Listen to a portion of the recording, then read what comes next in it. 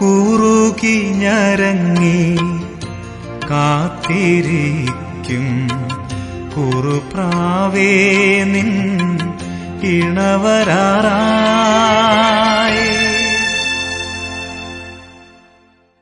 അയാളുടെ കരച്ചിൽ കണ്ടിട്ട് എനിക്ക് മനസ്സലിവ് തോന്നിയാൽ ഞാൻ കൊടുക്കുന്നുള്ളതല്ലാതെ അയാൾ കരഞ്ഞു എന്നുള്ളത് കൊണ്ട് ഞാൻ കൊടുക്കാൻ ബാധ്യസ്ഥനാണോ? ആണോ? അല്ല. ഇതുപോലെ ഉള്ളൂ നമ്മൾ കരയുന്നതും.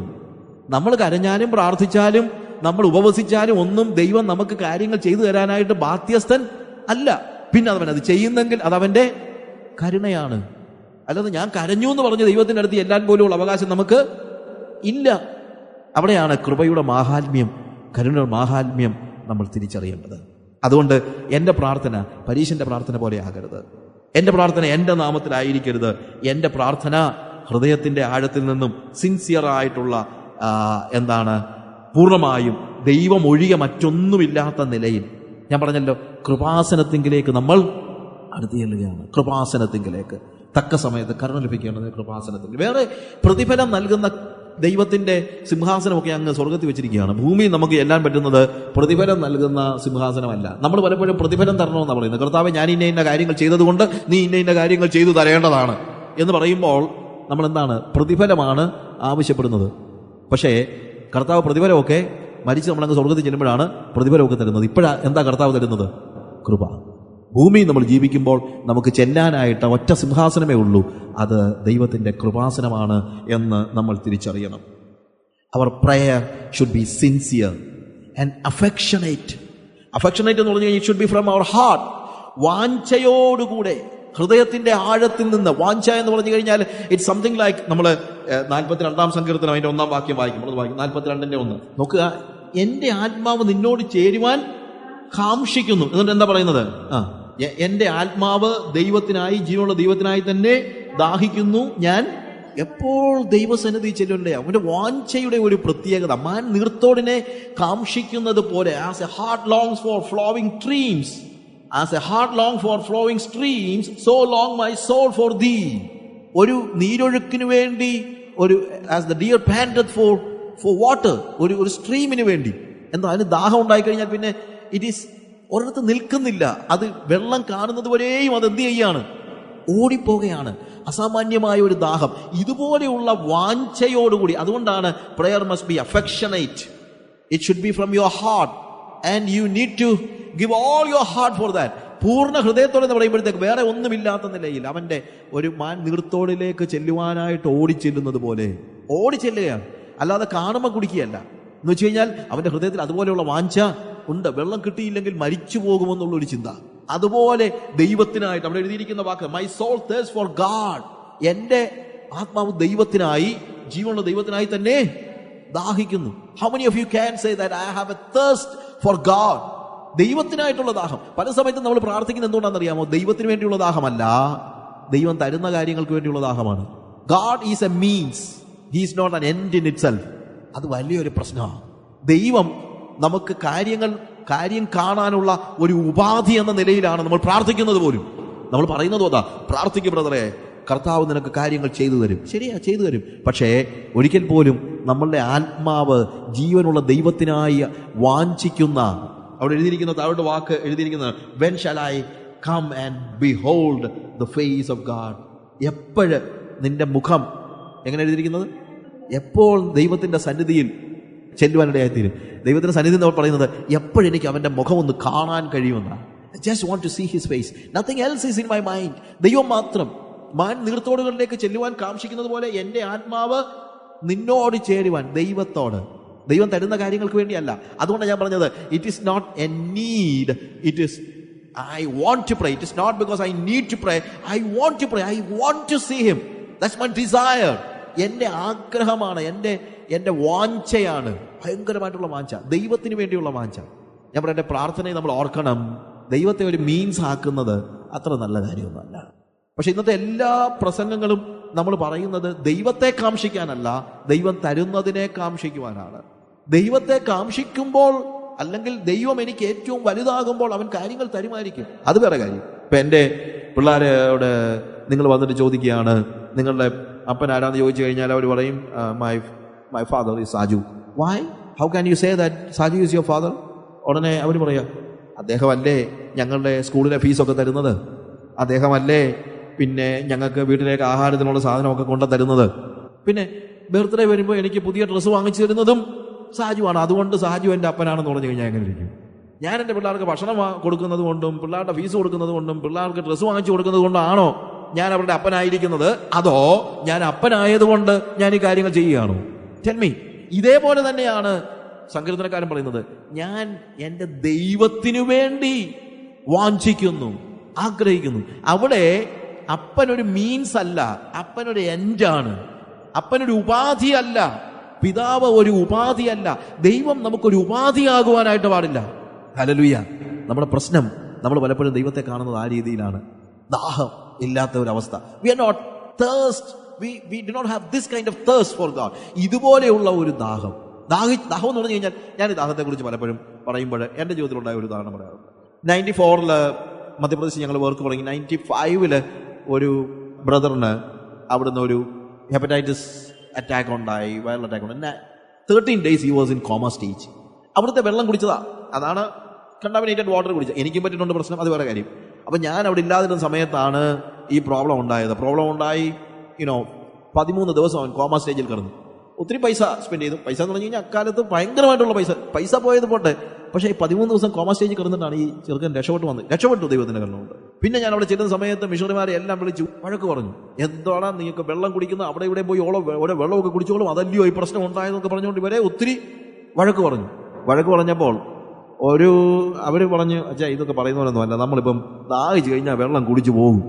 ഉടനെ ഞാൻ പറഞ്ഞു, വെള്ളം കൊണ്ടുപോകണം, പോകുമ്പോഴെല്ലാം നമ്മൾ എന്ത് ചെയ്യണം, നല്ല വെള്ളം, തിളപ്പിച്ച വെള്ളം കൊണ്ടുപോകണം പറഞ്ഞു. കൊണ്ടുപോയാൽ എന്തുവാ, കൊണ്ടുപോയി കുറച്ച് കഴിയുമ്പോൾ 1 കുപ്പി വെള്ളം അങ്ങ് തീരും. എന്നോട് പറഞ്ഞു 1 കുപ്പി വെള്ളം വേണ്ട, 2 കുപ്പി വെള്ളം കൊണ്ടുപോകണം. അപ്പം ഒരാൾ പറഞ്ഞു, നാളെ ഏതാണെങ്കിൽ രാവിലെ നമ്മൾ പോകുന്നുണ്ടല്ലോ വില്ലേജ്, അന്നേരം അറിയാം. അപ്പോൾ പിറ്റേ ദിവസം രാവിലെ 4 മണിക്ക് തന്നെ ഞങ്ങൾ വണ്ടി എടുത്ത് പോയി. 4 മണിക്ക് പറഞ്ഞാൽ അപ്പോഴത്തേക്ക് 8 മണിയൊക്കെ ആകുമ്പോഴത്തേക്ക് നല്ല ചൂടാണ്. അപ്പോൾ അതുകൊണ്ട് 4 മണിക്ക് തന്നെ വണ്ടി എടുത്ത് പോയി. ഞാൻ പിള്ളേരെ എല്ലാം വിളിച്ചു പറഞ്ഞ് എല്ലാവരും 2 കുപ്പി വെള്ളം വെച്ച് എടുത്തു പോകണം. അപ്പോൾ എല്ലാവരും 2 കുപ്പി വെള്ളം വെച്ചെടുത്തു. അത് കഴിഞ്ഞിട്ട് ഞാൻ തന്നെ പോയി ഒരു 5 ലിറ്ററിൻ്റെ ഒരു 5-10 ലിറ്ററിൻ്റെ ഒരു ജാറിനകത്ത് വേറെ വെള്ളം എടുത്ത് വണ്ടിയെ വെച്ചു. കാര്യം വെള്ളം തീർന്നു പോയാൽ പോകരുതല്ലോ. അപ്പോൾ അങ്ങനെ പോയി 4 മണിക്ക് തുടങ്ങിയതാണ്. 5 മണി തൊട്ട് ദാഹം തുടങ്ങി, വെള്ളം കുടിക്കാൻ തുടങ്ങി, ഞാനും കുടിക്കാൻ തുടങ്ങി. 6 മണിയായി, 1 കുപ്പി വെള്ളം തീർന്നു. പിന്നെ വളരെ ചെറിയൊക്കെ വെള്ളം കുടിക്കുന്നത് ഇച്ചിരി പേടിച്ചൊക്കെയാണ്. 8 മണിയായി, 2ാമത്തെ കുപ്പിയും തീർന്നു. 10 മണി ആയപ്പോഴത്തേക്ക് ജാറിനകത്തെ വെള്ളവും തീർന്നു. 11 മണിയായി, 12 മണിയായി. വെള്ളം കുടിച്ചില്ലെങ്കിൽ ചത്തുപോകുമെന്ന് ഞാൻ തന്നെ ചിന്തിച്ചു. നോക്കിയപ്പോൾ ആകെപ്പാടെ അവിടെ ഒരു തടാകം മാത്രമേ ഉള്ളൂ. ആ തടാകത്തിലെ വെള്ളമേ ഉള്ളൂ, എരുമയെ കുളിപ്പിക്കുന്ന തടാകമൊക്കെയാണ്. എനിക്കാണ് ദാഹിച്ചിട്ട് തലകറങ്ങാൻ തുടങ്ങി. അപ്പോൾ ഞാൻ ചിന്തിച്ചു, ചാകുകയാണെങ്കിലും ഈ വെള്ളം കുടിച്ചാൽ മിക്കവാറും പ്രശ്നം ഉണ്ടാകും. പക്ഷെ അതാണെങ്കിലും 2-3 മാസം കൂടെ ഒക്കെ ജീവിക്കുമല്ലോ, ഇപ്പം ചാകത്തില്ലല്ലോ. പിന്നെന്താ ചെയ്യാനാ? 12 മണിയായപ്പോൾ ആ തടാകത്തിലെ വെള്ളം കുടിച്ചില്ലെങ്കിൽ ചത്തുപോകും. അതുപോലെയുള്ള ദാഹം, അതാണ് വാസ്തവത്തിൽ ഇവിടെ പറയുന്ന ദാഹം എന്ന് പറയുന്നത്. അതായത് വെള്ളം കുടിച്ചില്ലെങ്കിൽ മരിച്ചു പോകുമെന്ന് ചിന്തിക്കുന്നത് പോലെയുള്ള ദാഹം. ഇതുപോലെയുള്ള ദാഹം ആർക്ക് വേണ്ടി ഉണ്ടാകണം? ദൈവത്തിന് വേണ്ടി ഉണ്ടാകണം. മാൻ നീർത്തോടുകളിലേക്ക് ചേരുവാൻ കാംക്ഷിക്കുന്നത് പോലെ ദൈവമേ, എൻ്റെ ആത്മാവ് നിന്നോട് ചേരുവാൻ ആഗ്രഹിക്കുന്നു, വാഞ്ചിക്കുന്നു. വാഞ്ച, ഒരു അസാമാന്യമായ വാഞ്ചയാണ് അവിടെ ഉണ്ടാകേണ്ടത്. ഇറ്റ്സ് നോട്ട് ജസ്റ്റ് ഡിസയർ, അസാമാന്യമായ ഒരു വാഞ്ച അവന് ഉണ്ടാവുകയാണ്. മാൻ നീർത്തോടിലേക്ക് ചെല്ലുവാൻ കാംക്ഷിക്കുന്നത് പോലെ ദൈവമേ, എൻ്റെ ആത്മാവ് നിന്നോട് ചേരുവാൻ കാംക്ഷിക്കും. ഞാൻ എൻ്റെ ആത്മാവ് ജീവനുള്ള ദൈവത്തിനായി ഞാൻ എപ്പോൾ ദൈവത്തിൻ്റെ സന്നിധിയിലേക്ക് ചെല്ലുവാനിടയായിത്തീരും.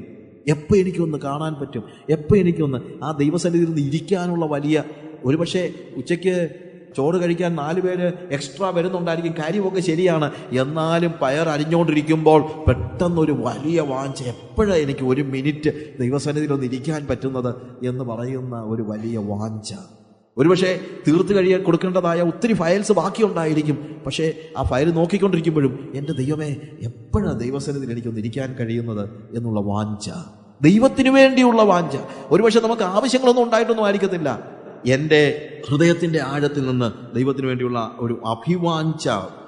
ചില വാക്യങ്ങളോട് അതുമായിട്ട് ബന്ധപ്പെട്ടുകൊണ്ട് ഞാൻ വാക്യങ്ങൾ മാത്രം പറയാണ്. 119 സങ്കീർത്തനം 40-ാം വാക്യം, അതിൻ്റെ 20-ാം വാക്യം, അതിൻ്റെ 174-ാം വാക്യം, ഇതൊക്കെ നമുക്ക് സമയമനുസരിച്ച് നിങ്ങൾ വായിക്കുക. 84-ാം സങ്കീർത്തനം, 84-ാം സങ്കീർത്തനം അതിൻ്റെ 2-ാമത്തെ വാക്യം, Psalms 84 verse 2. My soul longs, yeah, faints for the courts of the Lord. My heart and flesh sing for joy to the living God. എന്റെ ഉള്ളം യഹോവയുടെ പ്രാകാരങ്ങളെ വാഞ്ചിച്ച് ഫെയിൻസ്.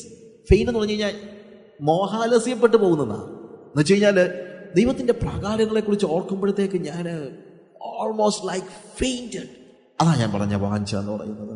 ഞാൻ മോഹാലസ്യപ്പെട്ടു പോകുന്ന ഒരു സ്റ്റേജ്, അതിന്റെ മനോഹാരിത. ഒന്നാമത്തെ വാക്യം അതാ പറയുന്നത്, how lovely is thy dwelling place, O Lord of host.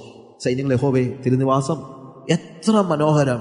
എൻ്റെ ഉള്ളം ദൈവത്തിന്റെ പ്രാകാരങ്ങളെ വാഞ്ചിച്ച് മോഹിച്ചു പോകുന്നു. എന്തുകൊണ്ടാണ് വാഞ്ചിച്ച് മോഹിച്ചു പോകുന്നത്? Because I find it so beautiful. I find it so lovely. അതിന്റെ മനോഹാരിത കാണുമ്പോഴാണ് വാഞ്ചിച്ച് മോഹിച്ചു പോകുന്നത്. ദൈവത്തിന്റെ മനോഹാരിത അറിയുമ്പോഴാണ് ദൈവസന്നിധിയിൽ ഇരിക്കാൻ നമുക്ക് മോഹം ഉണ്ടാകുന്നത്. അല്ലെങ്കിൽ ഉണ്ടാകത്തില്ല.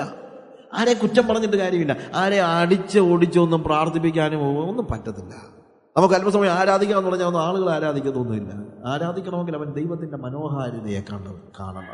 ദൈവത്തെ അറിയുമ്പോഴാണ് ദൈവത്തെ നമ്മൾ ആരാധിക്കുന്നത്. അല്ലെങ്കിൽ നമുക്ക് എങ്ങനെയാ 3 ഹല്ലേലൂയ പറഞ്ഞാട്ടെ എന്ന് പറയുമ്പോൾ പറയുന്നതല്ല ഇത്. ദൈവത്തിന്റെ മനോഹാരിത.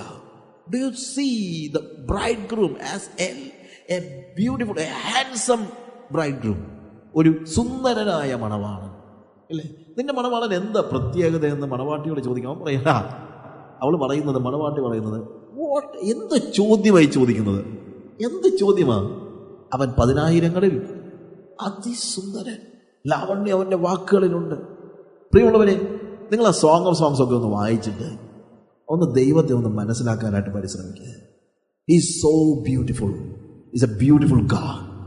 ആ ദൈവത്തിന്റെ സന്നിധിയിൽ ഇരിക്കുന്നതാണ് വാസ്തവത്തിൽ പ്രാർത്ഥന എന്ന് പറയുന്നത്. അവന് വേണ്ടിയാണ്. അവൻ തരുന്ന കാര്യങ്ങൾക്ക് വേണ്ടിയല്ല. പരീശന്റെ പ്രാർത്ഥന അതേ അല്ല. പരീശന്റെ പ്രാർത്ഥന മനുഷ്യർക്ക് വിളങ്ങേണ്ടതിനും പരീശന്റെ പ്രാർത്ഥന അവനെ തന്നെ പ്രൊജക്റ്റ് ചെയ്യാനുമാണ്. എന്നാൽ കർത്താവിന്റെ സാന്നിധ്യത്തിൽ നമ്മൾ പ്രാർത്ഥനയ്ക്ക് വേണ്ടി ഇരിക്കുമ്പോൾ അവനെ കണ്ടിട്ട്, അവനെ അറിഞ്ഞിട്ട്, അവന്റെ മനോഹാരിത കണ്ടിട്ട് പ്രാർത്ഥിക്കുന്നതാണ് നമ്മുടെ പ്രത്യേകത എന്ന് പറയുന്നത്. We need to pour out our heart before him. 38-ാം സങ്കീർത്തനത്തിന്റെ 9-ാം വാക്യത്തിൽ, 38-ന്റെ 9-ാം വാക്യം നമ്മൾ വായിക്കുമ്പോൾ, കർത്താവ് എൻ്റെ ആഗ്രഹമൊക്കെയും, അല്ലെങ്കിൽ എൻ്റെ ഹൃദയമൊക്കെയും, ശരിക്കും പറഞ്ഞ ആഗ്രഹം എന്നുള്ളതിനേക്കാൾ ഉപരി കുറച്ചുകൂടെ പ്രധാനപ്പെട്ട കാര്യം അതാണ്, എൻ്റെ ഹൃദയമൊക്കെയും നിന്റെ മുമ്പിലിരിക്കുന്നു. അതായത് എനിക്ക് വേറെ യാതൊരു കാര്യങ്ങളും, എൻ്റെ മനസ്സിൽ വേറെ യാതൊരു കാര്യം, Lord, all my longing, all my heart is known to thee, my singing is not hidden from thee. എൻ്റെ ആഗ്രഹമൊക്കെയും നിന്റെ മുമ്പിലിരിക്കുന്നു, എൻ്റെ ഞരക്കം നിനക്ക് മറഞ്ഞിരിക്കുന്നു. എൻ്റെ ഹൃദയം തുറന്നിട്ട്, ഹൃദയത്തിന്റെ ആഴത്തിൽ നിന്ന് അവനിലേക്ക് ഇറങ്ങിച്ചെല്ലുന്നതായ ഒരു സ്റ്റേജ്. 42-ാം സങ്കീർത്തനം അതിന്റെ 2-ാം വാക്യം, മൈ സോൾ, നമ്മൾ വായിച്ചു, my soul thirsts for God, for living God. എന്റെ ആത്മാവ് ദൈവത്തിനായി, ജീവനുള്ള ദൈവത്തിനായി തന്നെ ദാഹിക്കുന്നു. ഞാൻ എപ്പോൾ ദൈവസന്നിധി ചെല്ലുവാനിടയാകും. 4-ാമത്തെ വാക്യം, ഉത്സവം ആചരിക്കുന്ന പുരുഷാരത്തിന്റെ സന്തോഷവും സ്തോത്രവുമായ സ്വരത്തോടുകൂടെ സമൂഹമധ്യേ ഞാൻ ദേവാലയത്തിലേക്ക് ചെന്നതോർത്ത് എന്റെ ഉള്ളം എന്നിൽ പകരുന്നു. നോക്കുക, ഉത്സവം ആചരിക്കുന്നതായ അതൊരു it is like a festival. It is like it is a celebration. ദൈവസാന്നിധ്യം എന്താണ്? എൻ്റെ ഹൃദയം പകരുകയാണ്. എൻ്റെ വേദനകൾ ദൈവത്തിന്റെ സന്നിധിയിൽ പറയുന്നതാണ്. നമ്മൾ 38-ാം സങ്കീർത്തനത്തിൽ കണ്ടത്, എൻ്റെ ഞരക്കങ്ങൾ ഒക്കെയും നിന്റെ സന്നിധിയിലുണ്ട്. പക്ഷേ ദൈവത്തിന്റെ സന്നിധിയിൽ ചെല്ലുമ്പോഴത്തേക്ക് എന്താണ്? എൻ്റെ ഞരക്കങ്ങൾ പോലും എന്തായി തീരുകയാണ്? സെലിബ്രേഷൻ ആയി തീരുകയാണ്, ഉത്സവമായി തീരുകയാണ്. These things I remember as I pour out my soul, how I went with the throng and led them in procession into the house of the Lord with glad shouts and songs of thanksgiving, a multitude keeping festival. ഒരു ഉത്സവം ആചരിക്കുന്ന, വാക്യം ഒന്ന് വായിക്കാം. ഉത്സവം ആചരിക്കുന്ന പുരുഷാരത്തിന്റെ സന്തോഷവും സ്തോത്രവുമായ സ്വരത്തോടുകൂടെ സമൂഹമധ്യേ ഞാൻ ദേവാലയത്തിലേക്ക് ചെന്നതോർത്ത് എന്റെ ഉള്ളം എന്നിൽ പകരുന്നു. ആ ഓർമ്മ പോലും, ദൈവത്തിന്റെ സാന്നിധ്യത്തിലിരിക്കുന്ന ഓർമ്മ പോലും, we are in the presence of the lord and even when we leave from, എന്ന് വെച്ച് കഴിഞ്ഞാൽ ദൈവത്തെ ഇട്ടേച്ചു പോകുകയല്ല, നമ്മൾ ദൈവത്തിന്റെ സാന്നിധ്യത്തിൽ അനുഭവിക്കുന്ന സന്തോഷത്തിന്റെ ആ ഓർമ്മ പോലും എന്നെ ത്രസിപ്പിക്കുന്നതാണ്. അല്ലേ? നമ്മൾ ദൈവസന്നിധിയിൽ ഇരിക്കുമ്പോൾ നമ്മൾ അനുഭവിക്കുന്നതായ ആ സന്തോഷത്തിന്റെ ഓർമ്മ പോലും ഒരു ഉത്സവമായിരിക്കുന്ന ഒരു സ്റ്റേജ്. ഹല്ലേലൂയ. നമ്മുടെ ഈ സെഷൻ നമ്മൾ അവസാനിപ്പിക്കുമ്പോൾ ദൈവസന്നിധിയിൽ നമ്മളുടെ പ്രാർത്ഥനയെക്കുറിച്ച് നമ്മൾ പഠിച്ചുകൊണ്ടിരിക്കുകയാണ്. നമ്മൾ എങ്ങനെ പ്രാർത്ഥിക്കരുത്, എങ്ങനെ പ്രാർത്ഥിക്കണം, ഇത് രണ്ടും കർത്താവ് പഠിപ്പിക്കുന്നുണ്ട്. ഒന്ന്, നിങ്ങൾ പരീശൻ പ്രാർത്ഥിക്കുമ്പോൾ പ്രാർത്ഥിക്കരുത്. പരീശൻ്റെ പ്രാർത്ഥനയുടെ പ്രത്യേകത എന്താണ്? അവൻ മനുഷ്യർക്ക് വിളങ്ങേണ്ടതിന് പ്രാർത്ഥിക്കുന്നത്. രണ്ടാമത്തെ പ്രശ്നം എന്താണ്? അവൻ സ്വന്തം പേരിലാണ് ദൈവത്തിൻ്റെ സന്നിധിയിൽ ചെല്ലുന്നത്. എന്നാൽ നമ്മുടെ പ്രാർത്ഥന അങ്ങനെയല്ല. It should be sincere and it should be affectionate. John Menin പറഞ്ഞു, ഇറ്റ് ഷുഡ് ബി സിൻസിയർ. ഒന്നും പൂർണ്ണ ഹൃദയത്തോടെ നമ്മൾ കർത്താവിനെ സേവിക്കേണ്ടത്, പൂർണ്ണ ഹൃദയത്തോടെ, പൂർണ്ണ മനസ്സോടെ, പൂർണ്ണാത്മാവോടുകൂടെ അവനെ സേവിക്കുക എന്ന് വെച്ചാൽ ബാക്കിയൊന്നുമില്ലാത്ത ഒരു സ്റ്റേജ്, വേറെ ഒന്നും മാറ്റിവെക്കാത്ത ഒരു സ്റ്റേജ്. ഇന്ന് നമുക്ക് കർത്താവിനോട് പറയാം, കർത്താവേ എൻ്റെ ഹൃദയത്തിൽ വേറെ ഒന്നും ഉണ്ടാകാനിടയാകരുതേ കർത്താവേ. നിന്നോട് പ്രാർത്ഥിക്കുമ്പോൾ, നിന്റെ സന്നിധിയിലേക്ക് വരുമ്പോൾ നീ മാത്രം. ഹല്ലേലൂയ. എൻ്റെ ഹൃദയം ജീവനുള്ള ദൈവത്തിനായി, ദൈവം തരുന്ന കാര്യങ്ങളല്ല, ജീവനുള്ള ദൈവത്തിനായി ഉത്സവം ആചരിക്കുന്ന ജലം. ഒരുപക്ഷെ ഞാൻ വരുമ്പോൾ എനിക്ക് ഞരക്കമുണ്ടായിരിക്കാം, അവിടെയും ഞാൻ എന്ത് ചെയ്യുകയാണ്? എൻ്റെ ഹൃദയം, I am pouring out my heart, എൻ്റെ ഹൃദയം ഞാൻ പകരുകയാണ്. It is affectionate prayer, affectionate. എൻ്റെ ഹൃദയത്തിൽ എന്തും ഞാൻ ദൈവസന്നിധിയിൽ ഇറക്കി വെക്കുന്നു. പക്ഷേ ദൈവ സാന്നിധ്യം എന്ന് പറയുന്നത്, ദൈവം എന്ന് പറയുന്നത്, ദൈവവുമായിട്ടുള്ള ഒരു കണ്ടുമുട്ടൽ എന്ന് പറയുന്നത് എനിക്ക് ഒരു കാരണവശാലും ഒഴിവാക്കാൻ കഴിയത്തില്ല. എന്തുകൊണ്ട് കഴിയത്തില്ല? എൻ്റെ ഹൃദയം വാഞ്ചിച്ച് മോഹിച്ചു പോകുന്നു. ദൈവത്തിൻ്റെ മുഖ സൗന്ദര്യം, കാന്തൻ്റെ മുഖ സൗന്ദര്യം കാണാനാണ് ഞാൻ ദൈവസന്നിധി ചെല്ലുന്നത്, അല്ലാതെ എൻ്റെ കാര്യസാധ്യത്തിന് വേണ്ടിയല്ല. യേശുവിനെ കാണാൻ, യേശുവിൻ്റെ സൗന്ദര്യം അനുഭവിക്കാൻ, യേശുവിൻ്റെ സൗന്ദര്യത്തിൻ്റെ ആ മഹിമയിലൊന്ന് മുങ്ങി അലിഞ്ഞില്ലാതാകാനായിട്ടാണ് നമുക്ക് അവിടെ കണ്ണുകളെ അടയ്ക്കാം. ഒരു നിമിഷം എല്ലാവരും, കർത്താവേ നിന്റെ സാന്നിധ്യത്തിലേക്ക് ഞങ്ങൾ വരുന്ന കർത്താവേ, മനുഷ്യർക്ക് വിളങ്ങേണ്ടതിന് ഞങ്ങൾ പലപ്പോഴും പ്രാർത്ഥിച്ചിട്ടുണ്ട്, നീ അത് സഹിച്ചിട്ടുണ്ട്. ഇന്ന് ഞങ്ങൾ പരീശനെ പോലെ പ്രാർത്ഥിക്കാൻ നിർത്തുന്നു. പലപ്പോഴും ഞങ്ങൾ എന്തൊക്കെ ചെയ്തു എന്നും ഞങ്ങളുടെ വിശുദ്ധിയും ഞങ്ങളുടെ കണ്ണീരും ഒക്കെ പറഞ്ഞുകൊണ്ട് ഞങ്ങൾ നിന്റെ അടുത്ത് വന്നിട്ടുണ്ട്. ഇന്ന് ഞങ്ങളത് നിർത്തുന്നു. കർത്താവേ, ഞങ്ങൾ കരഞ്ഞാലും നീ അത് ചെയ്യാനായിട്ട് ബാധ്യസ്ഥതയൊന്നും ഉള്ളവനൊന്നല്ല. നീ അത് ചെയ്യുന്നെങ്കിൽ നിന്റെ അത് കരുണയാണ് നിങ്ങൾ മനസ്സിലാക്കുന്നു. അതുകൊണ്ട് കർത്താവെ, ചവിട്ടി നിൽക്കാൻ മണ്ണില്ലാത്തവനെ പോലെ കൃപയുടെ കയറിൽ തൂങ്ങിക്കിടന്നുകൊണ്ട് കർത്താവെ നിന്റെ കരുണയ്ക്ക് വേണ്ടി ഞങ്ങൾ അപേക്ഷിക്കുകയാണ്. കർത്താവെ, നിന്നെ അറിയാനും അനുഭവിക്കാനുമുള്ള വലിയ വാഞ്ച ഞങ്ങളുടെ ഹൃദയത്തിലുണ്ട്. അതിൽ ഞങ്ങളെ സഹായിക്കണമേ. ഞങ്ങൾ എപ്പോഴും നിന്റെ സാന്നിധ്യത്തിൽ വരുമെന്നുള്ള വാഞ്ച കർത്താവെ, ആ വെള്ളം കിട്ടിയില്ലെങ്കിൽ മരിച്ചു പോകുമെന്ന് ചിന്തിക്കുന്നത് പോലെയുള്ള വലിയൊരു ദാഹം, നീർത്തോടുകളിലേക്ക് ചെല്ലുവാൻ കാംക്ഷിക്കുന്നത് പോലെയുള്ള വലിയ ദാഹം കർത്താവെ, നിന്നെ കാണാൻ. കർത്താവെ, നീ തരുന്നൊക്കെ വാങ്ങിച്ചുകൊണ്ട് വീട്ടിൽ പോകാനല്ല, നിന്നെ കാണാനും നിന്നെ അറിയാനും നിന്റെ സൗന്ദര്യം ഒന്ന് മനസ്സിലാക്കാനുമായിട്ട് ഇന്ന് ഞങ്ങളെ സഹായിക്കണമേ കർത്താവേ, യേശുവിന്റെ നാമത്തിൽ തന്നെ.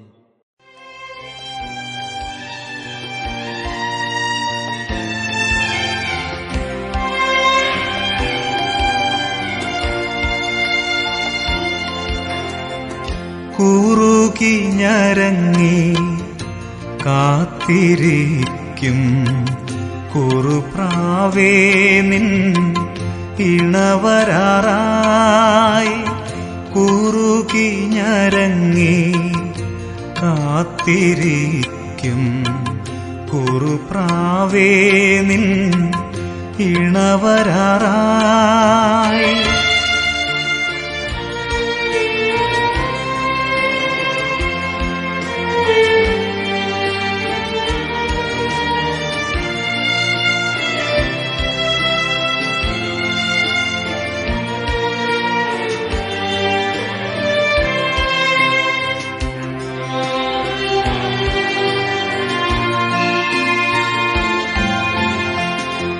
ആരും മരുവിൽ ഒരു തുണയില്ലെന്നൊരു ഉരുവും നീ നിനയരുതേ.